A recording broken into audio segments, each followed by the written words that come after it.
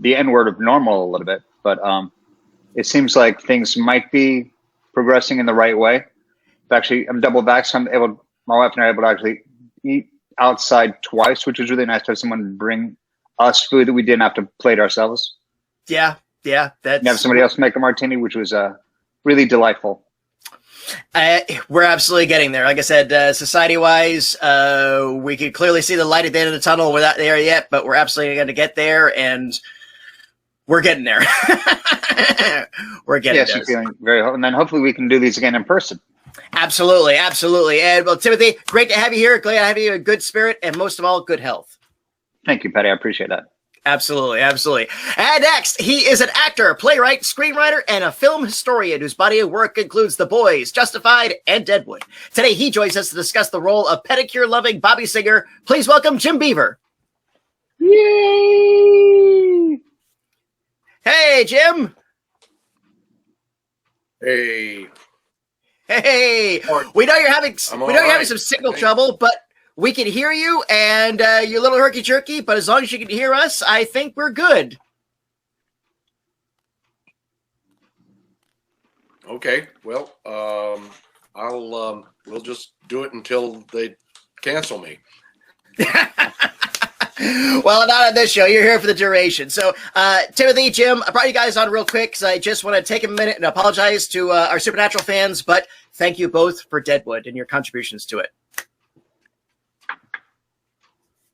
I'll let Jim take that one since he was on the show a lot more than me. Yeah, true. Well, the only reason I agreed to do the show is because I heard you were going to be on it.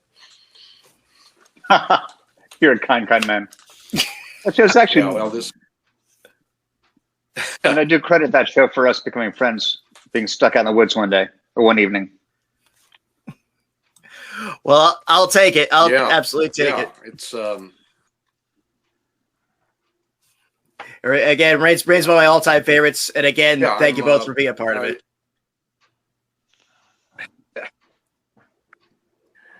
You're welcome. Okay, Jim, I'm sorry. I can tell you're working on a delay here. Don't worry. We'll find the rhythm but when we get to audience questions, I promise you. All right. Our next guest is an actor whose credits include Being Human, Lost, and Dexter. Today, he joins us to discuss the role of the devil himself. Please welcome Mark Pellegrino. Yo, what's up? How are you guys? Good, boss. How you holding up? I'm tired. I was shooting all night, but I'm ready to go. Ready to kick some ass here today with everybody. Right on. Glad to have you here. Everything is well in your corner of the world?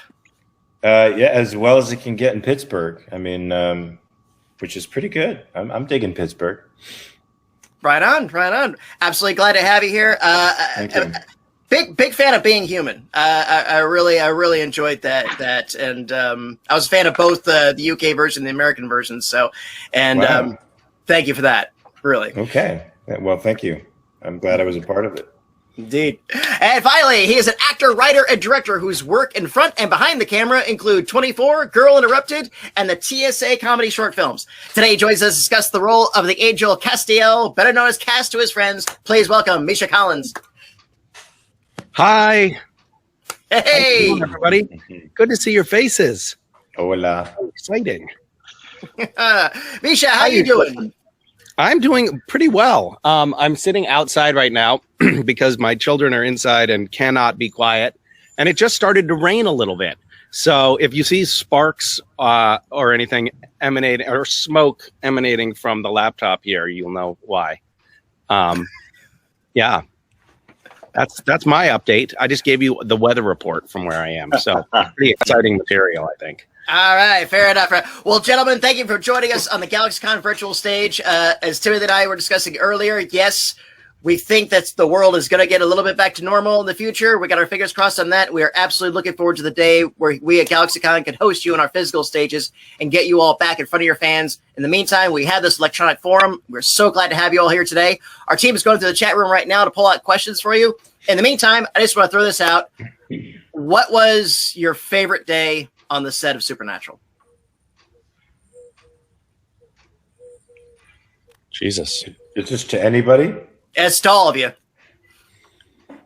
Oh boy, I mean, for me, it's really hard to localize a years long experience of that sort of became like a family experience to a favorite, because I feel like I have multiple favorites. But maybe I just have to say, the first day I got on the show, because it started a relationship with people that I really like, and the relationship went a lot longer than I ever thought it would. And I got to work with people who are really cool. So maybe that's it. That was the burst of fortune in my life. I'm sure Misha can come up with a lot more things. I mean, you guys did so many terrible things to each other on the side, off screen. The legendary stories of cars full of coins and stuff like that. We did have a lot of memorable, I think, off screen, off camera moments on set. But I have to agree with you, Mark. It is really hard to reduce it to one particular day. For my part, I kind of remember the feeling. It's so strange to have an acting job, and all of you can relate, because we all had relatively long spans of time that we have been related to this show, either on set or through the convention circuit. But year after year, I remember coming back after hiatus, and that first day at work, having that feeling of like, it's nice to be back, guys. It's nice to be back here with you. And that is such a cool and unusual, I think, experience. Like being excited to come back to work after the break. And catching up with everyone. So maybe it's not a favorite day, but it's of the annual cycle on the show. Fair. Finding out like who it is, not welcome back because of inappropriate behavior, all the gossip, and all that fuzz. Timothy, do you have a favorite day? First thing comes to mind was the day that Jensen and I shot our epic fight scene between Dean and Kane in that barn. It was a full, the entire day, the entire 14-hour day, and we'd spent like 2 days prior prepping the fight, and there was he never actually made contact with my face. He didn't actually punch me in the face, which made me really happy, because the guy's got his fist as big as a basketball, so it would have done a lot of damage. But that was a really good one. Fair. So, Jim, the question on the table is: can you recall a favorite day you had on the set of Supernatural?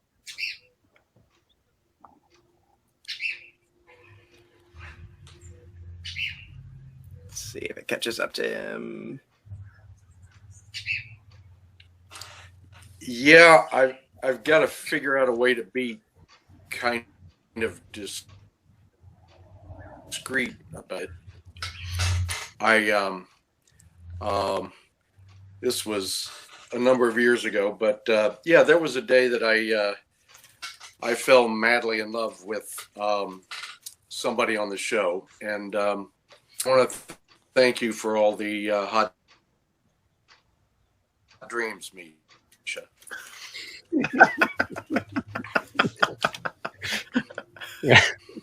Thank you for your discretion, Jim. You're talking about the first time that we made love on set, right? In our trailer. The delay is really going to kill the comedy here, Jim. I mean, was it on set or was it? It was back at Crafty, wasn't it? That's right. Yeah, I'd heard the Crafty tent. Fair. Gentlemen, thank you for indulging me. No, I will say that answer, but it's not Misha. Okay.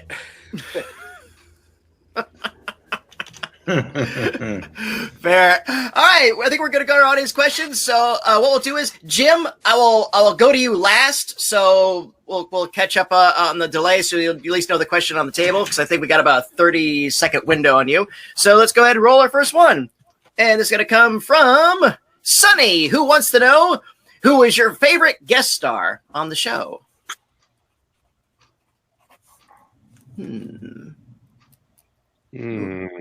Well, this is a really shitty question to ask because by answering this question, we invariably alienate all of the other guest stars. Then I'll rephrase it. Who was one of your many favorites? No, we can just answer it honestly. To hell with the rest of them. It was Tim Omundson.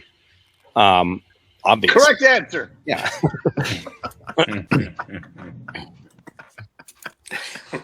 I will say one thing about that. It's been such a great thing having this afterlife of the convention circuit with the cast of Supernatural. So there's so many people that came into the show and were only a part of the show for a short while, but became a part of the fabric of our lives and our like real off-camera family that this show has become.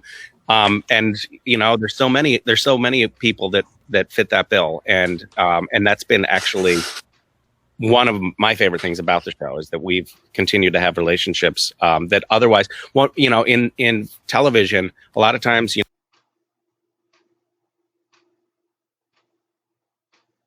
for a week or two or maybe three, and then you have to part your separate ways. You go your separate ways and likely never see one another again or only in passing.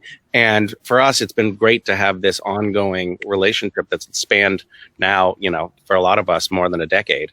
And yeah, we have a lot of guest stars from the show who have actually become like close friends of all of us, I think.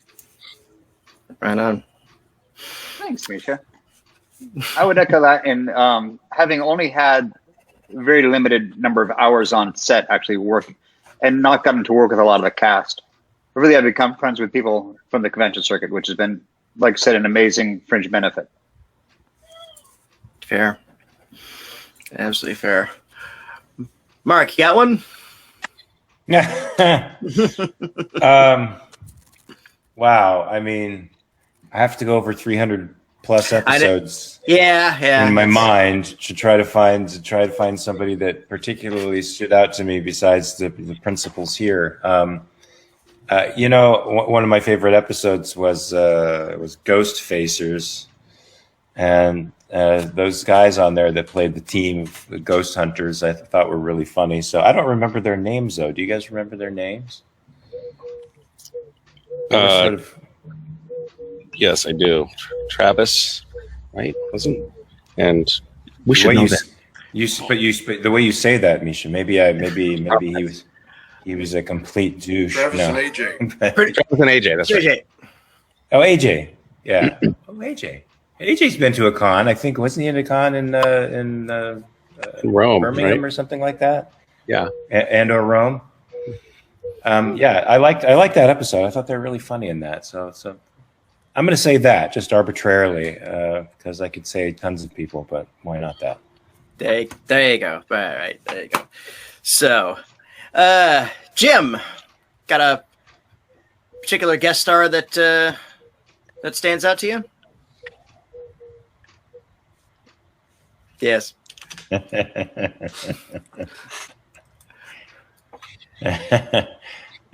I believe it's. We gotta give it the.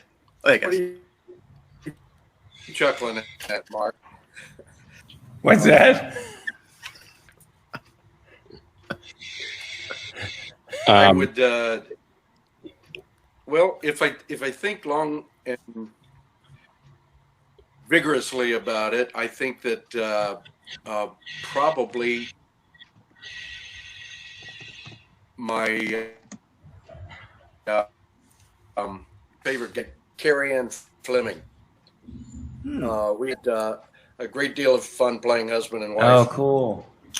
Together, and on a couple of episodes, and we remain very close friends since then. Oh. All right. But you know, as Misha was saying, there's such a wide variety of on the show for so many episodes that it's very difficult and very, very unfair to pick out one. But I did. Absolutely fair. So, Sonny, thank you. Thank you for that question. What do we have next? Thanks, Sammy. Here's one for Brian. Do you prefer playing a villain or a hero? Wait, there's a difference? I didn't know there was a difference. Sorry. Well, a good villain always sees himself as the hero. Indeed. Exactly. I'll just take the first shot. I like villains because they drive the action, right? They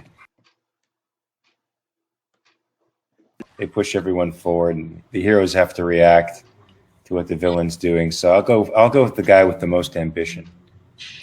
Fair. Good answer. One of my favorite iterations of Castiel on Supernatural to play was the Lucifer, which Mark Pellegrino had already crafted the character for. So it was an act of plagiarism on my part, but I had, I think, more fun in wearing that skin than with any other version of Castiel in the show. It was pretty great. It's fun not having any responsibility for anything. Yeah. Sometimes. Yeah.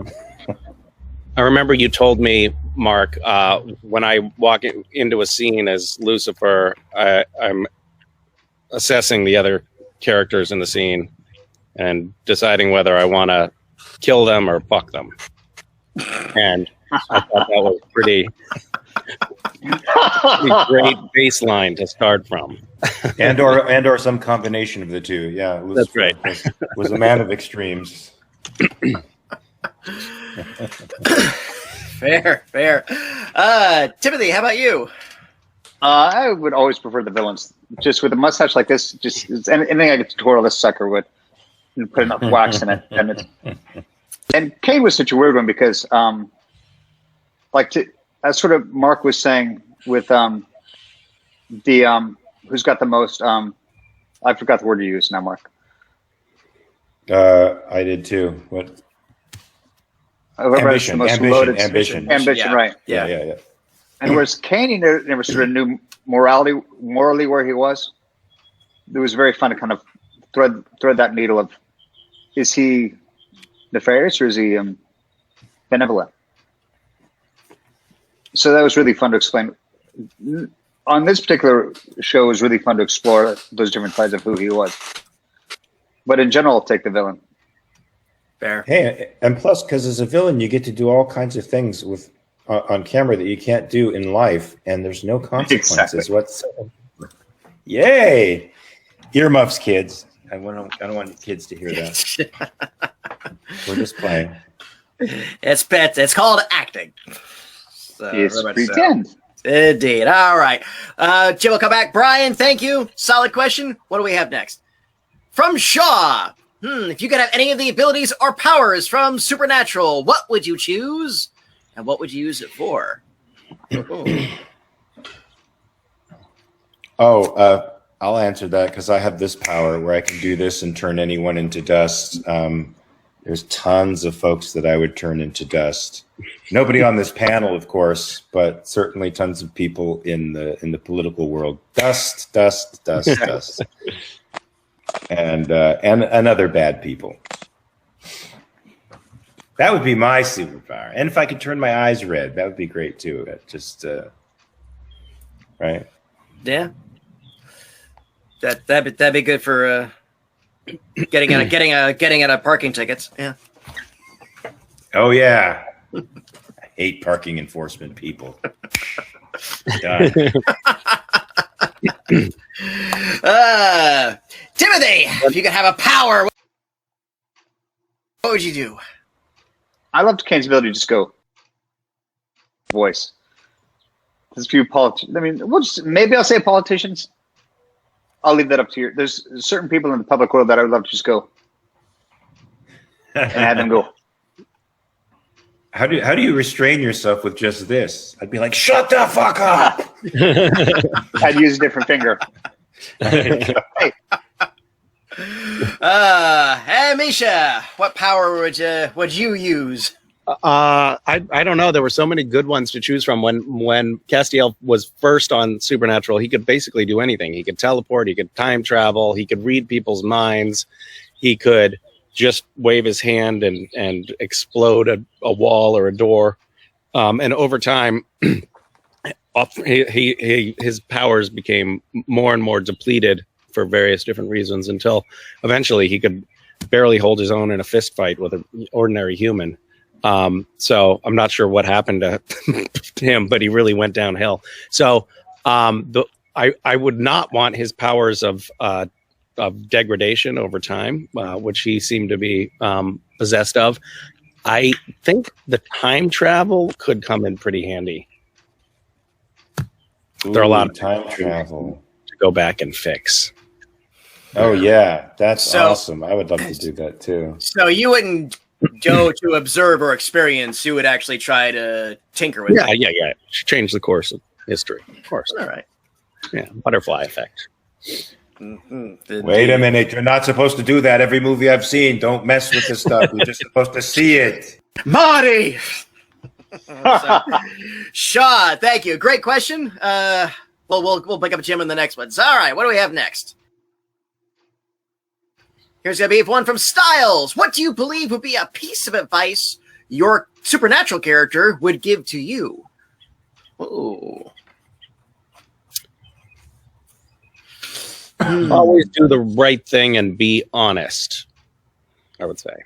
Oh, jeez. Yeah, that's what Cass would say. Look at that. Really annoying. But that's good. That's really good. Timothy, I have to go after you because I'm trying to think of something that is even remotely positive that Lucifer would say.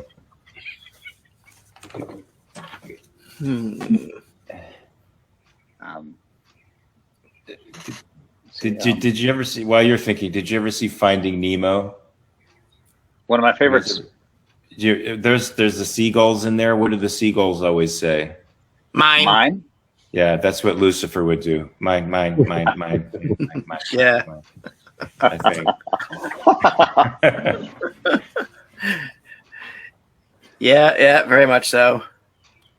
Jim is back. So Jim, question on the table. What would be a piece of advice your character would give to you?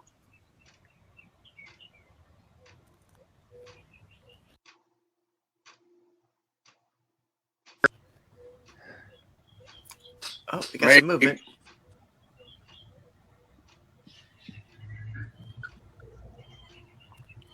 Get better Wi-Fi.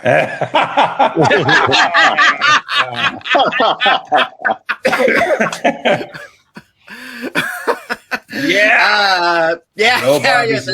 No, Bobby. It's all good. It's all good. And to let everybody else know that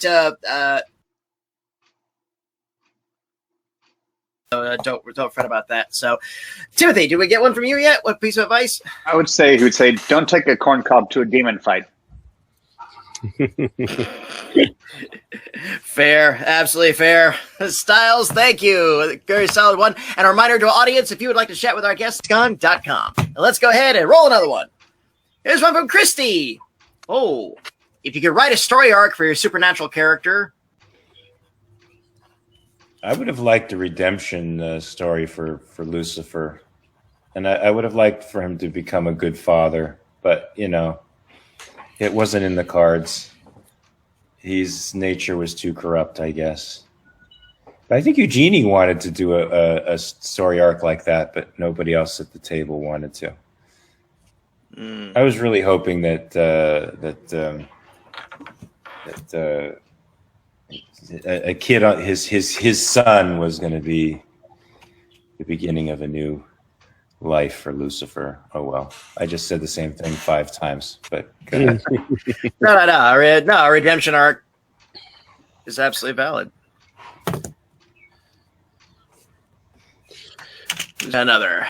I kind of wish that we could have explored more of Castiel, what became human briefly And I always wished that we had delved further into that and let him explore what being a human was like for longer. So for me, it's not necessarily a new arc, but just really belabor the point on an existing arc.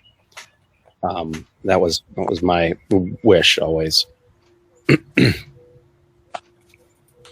always thought it would have been fun to see Kane after his death. No body, no crime. We never actually saw him die, but show's ending, so he probably died. But it would have been fun to see him in hell, hanging out with Rowena, specifically, and mess with Crowley. Yeah, there you go. Yeah, but Nice. Kane and Rowena in hell would have been super fun. Definitely. And Jim, write your own character arc.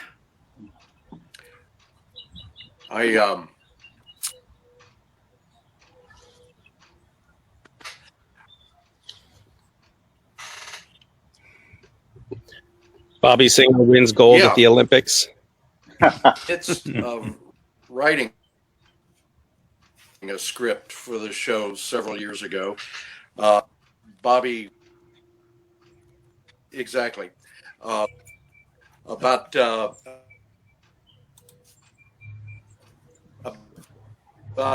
Bobby facing off goddess. But when I was about halfway through the script,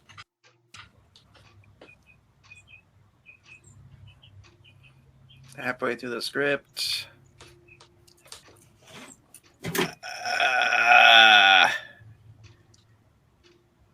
And you know this is. We can't really hear you. Yeah. I mean, I'm sorry, Jim. You got cut off on there. And you know this is the best, probably the best, most interesting answer. Damn it! I want to hear what he has to say. I want to hear what Jim has to say. It was pure gold. We know that. I think it's.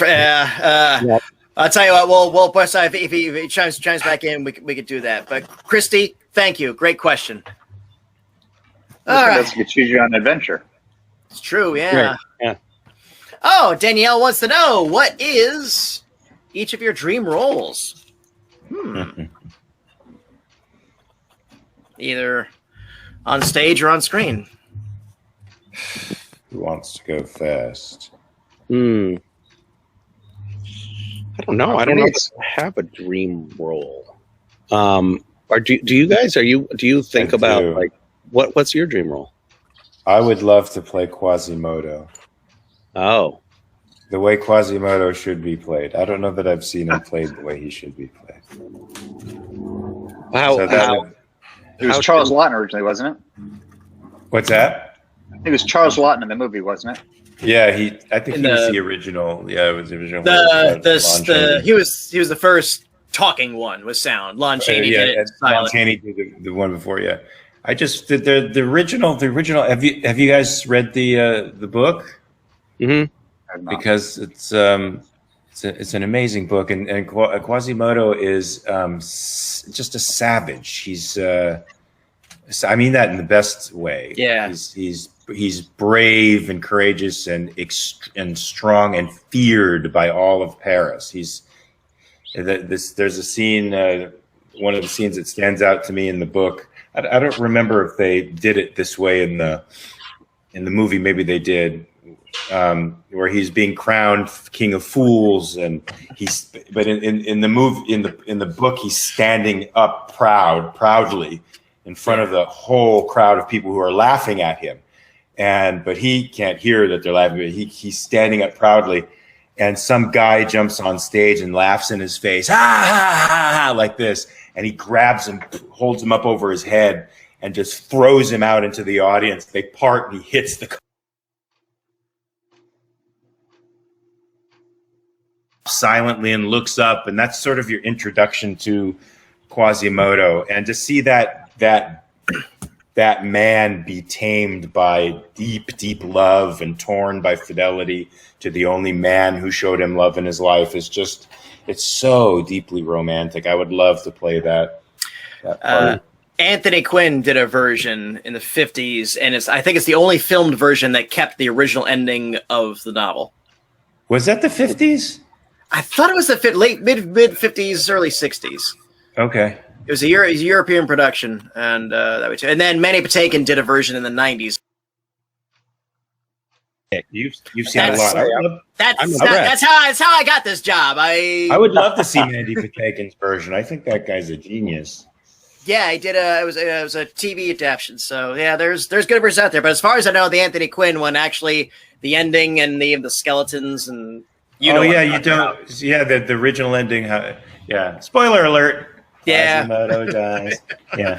So when Disney was doing their version, I'm like, they got to change that ending because it ain't happening. So. Oh, but that was so beautiful. It was beautiful.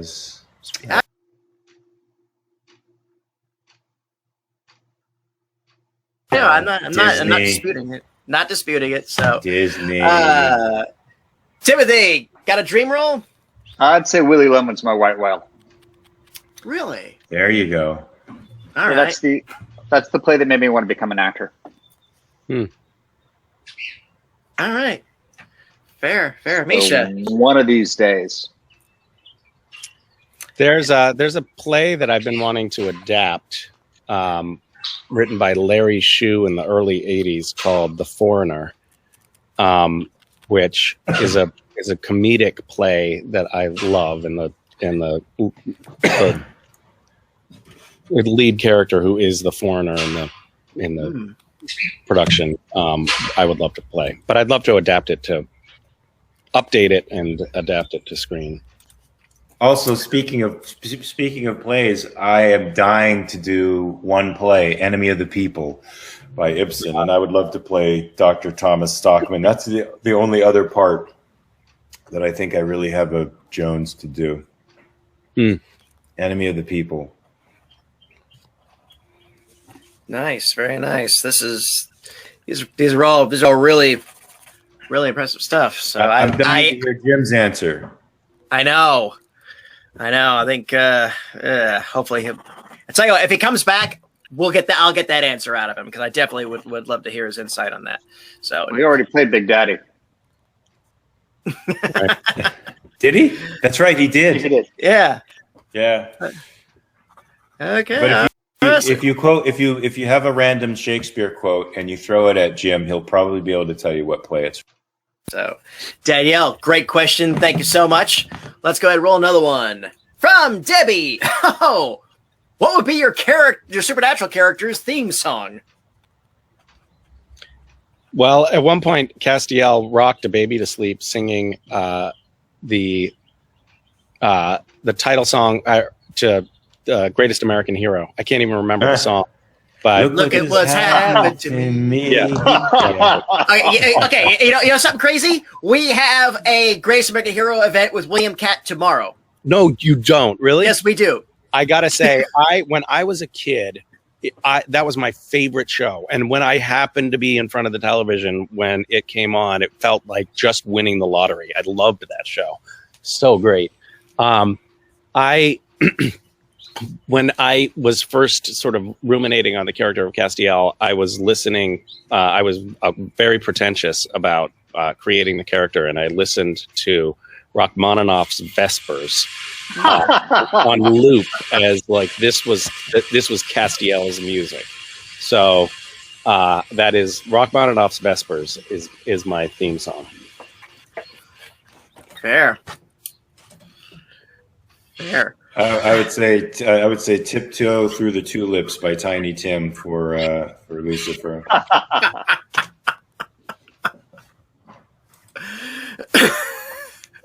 That.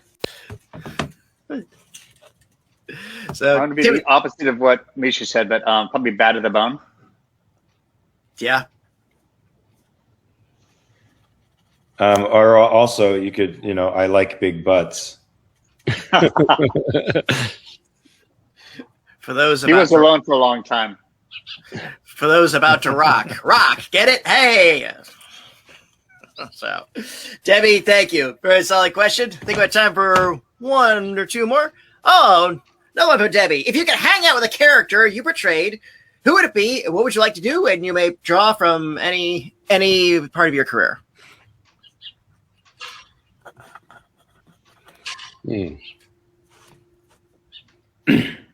I think for me, I think I would hang out with Bishop, the vampire boss of Boston. I would ask him to turn me so that I could get vampire superpowers and then fuck up a lot of bad people. You really want to correct the world, don't you? I want to fuck up bad people. Fair. So you are the hero. Well, okay. I'll take it. I'll take it. As long as my interpretation of what bad people is actually bad people. That's the slippery slope. But that's the character arc. So, Tim, how about you? Oh God, I wish I had a really good answer to this. I don't. Probably Brom Garrett from Deadwood, but in New York, not in the streets of Deadwood where he'd be covered in mud and soon get shot in the face by somebody first stepping in front of them the wrong way. Right, fair. Yeah, I think Brom in the turn of the century, New York City would be pretty fun. Yeah. Yeah, I definitely think so. You'd get to go to good parties and stuff. Mm-hmm. Misha, bring us home. How everybody you played? I think probably the crazy was lost his mind and became crazy. He seemed like he was tripping on acid the whole time, and I think it'd be a lot of fun to, hang out with him. Obviously, take acid with the sounds utterly terrifying. Taking acid with a being possessed of superpowers could really go else. But there you go. There's my answer. There you go. You're not going to say you're a TSA guy and tell him to relax? No, I'm not. By the way, I really like those films. I've occasionally gone through TSA screenings and had the TSA agent say, "Hey, I got to tell you, love those shorts." I was like, "Oh, too far? Are you going to give me an enhanced pat down here?" Yeah, that was fun to do. As long as you're not pregnant. Right. So, Debbie, thank you. I think we have time for one more, so let's see if we can roll it on a really good one. And here's one from Lynn. What kind of fandom would you like to see have a crossover with Supernatural? So, some specific superheroes, World of Shakespeare, Star Trek, the New York Mets. Don't they all cross over anyway? I feel like I see all of those fandoms in the Supernatural fandom as it is. But I'd like to see, actually, for me personally, I'd like to see a UFC crossover into That is exactly what I was going to say, Mark. Was it? Like this fandom that's like all about taking care of each other and being sweet, and another one that's all about killing each other, and just like see how that gels, that oil and vinegar. I would adjust that a little bit. Say UFC, I'd like to see it combined with the world of like WWE pro wrestling, because the characters and wrestling could be a little more outlandish, and yeah. See, like the folding chairs. Yeah, exactly. Something like that. So, Timothy, got another fandom you'd love to have seen smashed up with Supernatural? Fandom wise, I would say I can't top what Mark just said. Fair. Absolutely fair. Lynn, thank you. Very fun question. And GalaxyCon viewers, this has been my time with the cast of Supernatural, but it absolutely does not have to be yours. If you'd like to chat with our guests like I have today, or purchase a personalized autograph, you can sign up at GalaxyCon.com. And while you're there, please check out our schedule of upcoming events just like this one. And just let you know, our producers let me know that Jim's private chat room, the signal is much better than this platform, so you're good to go on that. Gentlemen, this has been an absolute delight. Despite technical issues, thank you so much. Any final words for our audience before we go?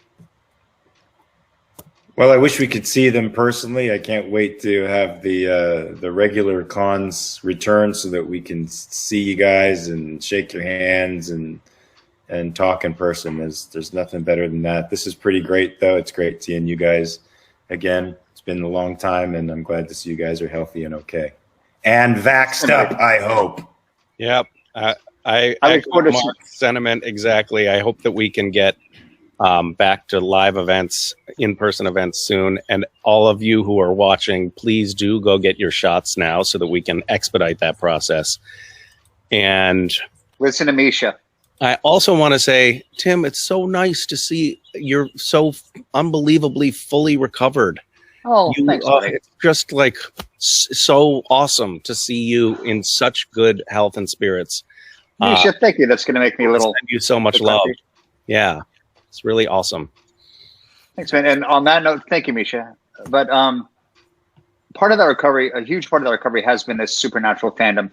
The love and support I've gotten from everybody's really just been the wind in my sails to keep me moving forward every day. And I look forward to getting back to a live convention and strutting on stage like I did last time. And I'm thanking all of you guys for continuing to support me either on Twitter or in person at the shows. And gang of my actor fellow friends that I'm looking at on their faces, I can't wait to get back to a green room and hug you and hang out with you. Yeah, back at you. Yeah, right back at you, man. As we all do. Gentlemen, it's been my absolute pleasure to serve you all today. Once again, thank you for joining us on the GalaxyCon virtual stage. Thank you to our audience for joining us today, and thank you for all your great questions. Hope to see you all again soon. Until then, bye-bye, everyone. Take care, and please keep washing those hands. Great.